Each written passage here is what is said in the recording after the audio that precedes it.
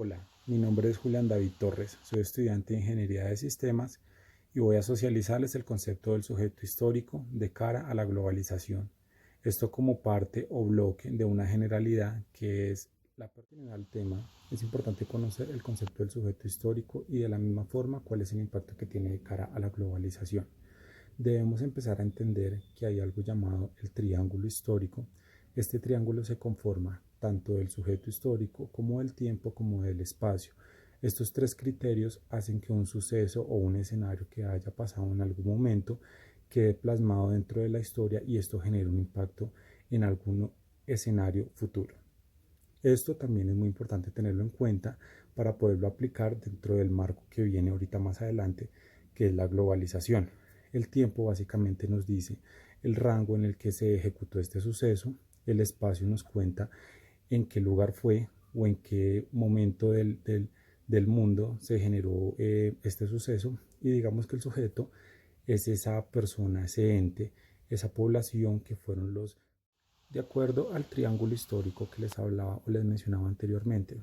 Quisiera que nuevamente lo trajéramos acá al presente y lo aplicáramos al siguiente modelo que quisiera explicar para que pudiéramos entender un poco más cómo es la relación del sujeto histórico de acuerdo a la globalización. Como les decía, este triángulo histórico se divide en tres criterios: el tiempo, el sujeto y el espacio.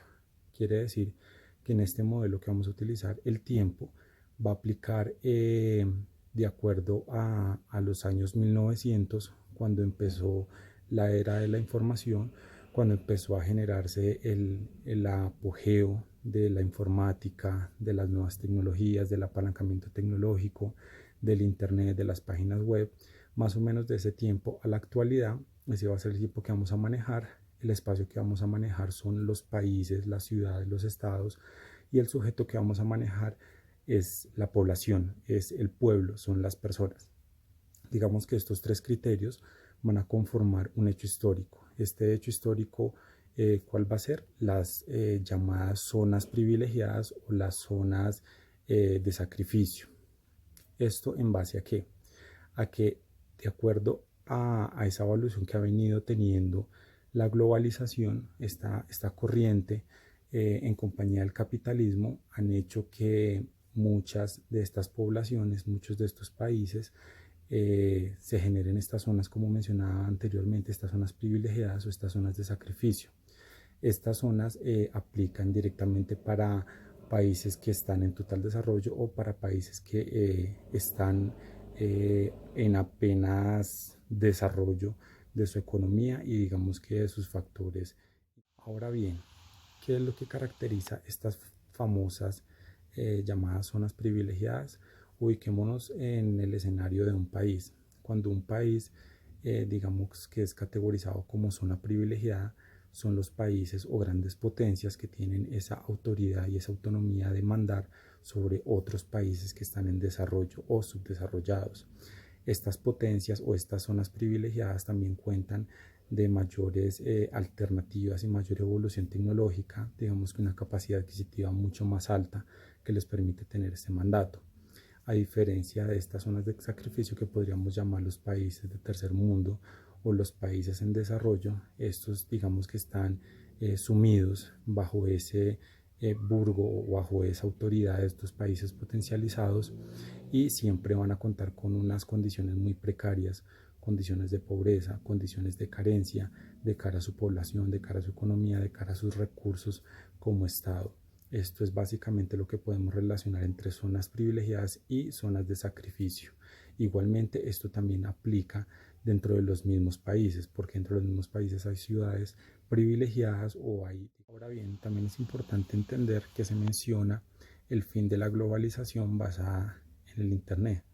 Esto, digamos que de cara a que esta globalización ya no genera los mismos recursos o no genera la misma capacidad adquisitiva que al comienzo o que hace muchos años.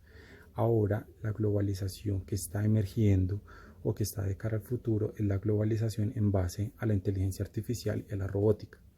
Esto quiere decir que se han hecho estudios en los que muchos de estos desarrollos tecnológicos van a suplir la mano de obra o el día a día de las personas.